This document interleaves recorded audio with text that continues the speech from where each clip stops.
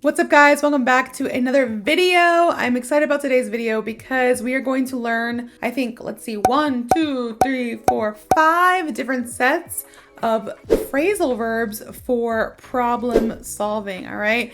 I know problem solving is not everyone's forte, but it's the thing that you have to do in life. These phrasal verbs will make it a little bit easier and make you sound a lot more natural and native while you problem solve in English. All right, so 5 different sets that we're going to go over today. So let's go ahead and just get into it. The first one that we're going to go over is figure out. All right.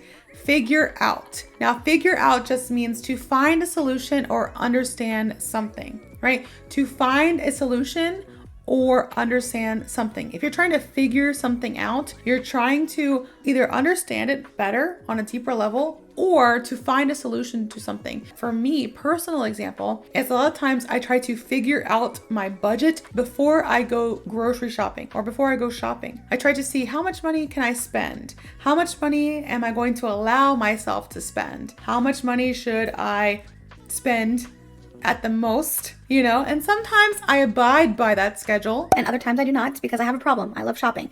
But a lot of times I figure it out before I go, and then I have like a general idea. Okay, if I want something, I can get it, but that means I have to sacrifice something else. I need to have a budget. I need to figure out my budget so that I don't overspend, you know? Again, figure out just is a phrasal verb that means to find a solution or to understand something. So an example sentence of this is, I need to figure out how to fix this problem. I need to figure out how to fix this problem. Figure out. That is number 1. The second phrasal verb that we're going to go over is work out. All right, work out. And this just means to solve or resolve something. Now, obviously, you probably know of workout as working out, like in the gym, you know, I'm working out in the gym, I'm getting my gains working out, right? But we can also use work out when you're trying to problem solve. So you solve or resolve a problem. So a lot of times we use the expression, I hope it all works out. I hope it all works out. Now, inside that expression, there is the phrasal verb works out, right? So that just means I hope the problem gets resolved. I hope it is resolved. I hope you solve this problem in your life. So let's say, you know, somebody's like, man, I just lost my job and I don't know what to do. And I've been applying to a million places, but nobody's calling me back. And, you know, your friend's just telling you all this. And what can you do to help? You know, you can obviously offer some advice, maybe tell them about a job that you know of that is hiring. But in the end, all you can say is, man, I hope it all works out. Like, I hope it all works out for you. I'm going to pray for you. I'm going to pray that it all works out. Works out or work out, again, to solve or resolve something. So an example sentence of work out is, we need to work out how to finish the project on time. We need to work out how to finish the project on time. Work out, again, just to solve or resolve something. Very similar to figure out. These you can use interchangeably. We can say, I need to figure out how to finish this project on time, or I need to work out how to finish this project on time. Very similar. Again, figure out was to find a solution or to understand something, and work out was to solve or resolve something. So these two phrasal verbs, figure out and work out, are very similar and sometimes, a lot of the times, can be used interchangeably as well. The next one is make up for. Make up for. Now, I know phrasal verbs are usually 2 words. This is 3. There's every now and then there's a little oddball in there. All right, this is the oddball. Make up for, and this just means to compensate for something. To compensate for something. A personal example of this is there was a time a few months ago that I was very sick. It was allergies. I live in the state of Georgia. The entire state was green. The pollen was insane during that month. I think it was like the end of March, beginning of April. It was insane. And myself and my youngest son, we have very bad allergies. But my oldest son had a soccer game. And I was like, I'm so sorry, but I do not think your brother and I can sit outside for an hour and a half, 2 hours and watch you play soccer this weekend. We have to wait for our allergies to get better, for the pollen to not be so bad. So I'm like, I need to make up for missing your game. Like I told him, I was like, I'm so sorry, but I'll make it up to you. And so later in the week, I was figuring out how I can make up for missing his game because I know he loves me being there and I love being there too. I am definitely that soccer mom. I am like yelling and screaming like, what do you think you're doing? That's my,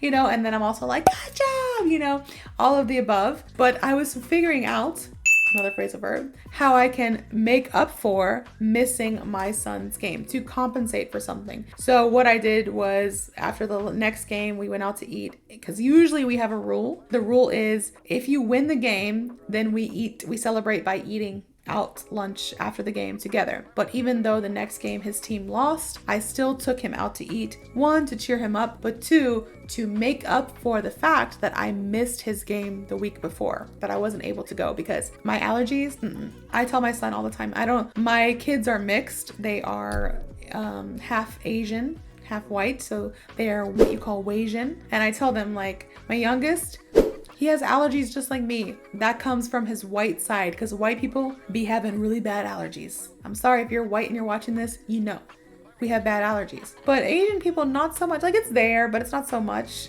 So luckily for my oldest son, he definitely got the Asian trait of not having to suffer with allergies. But my poor little baby, my youngest son, yeah, he got my side and he has to suffer allergies with me. Poor thing. But yes, I just made up for missing his game by taking him out to eat and getting him a little ice cream afterwards. So an example sentence of this though is, I'll make up for being late by working extra hours.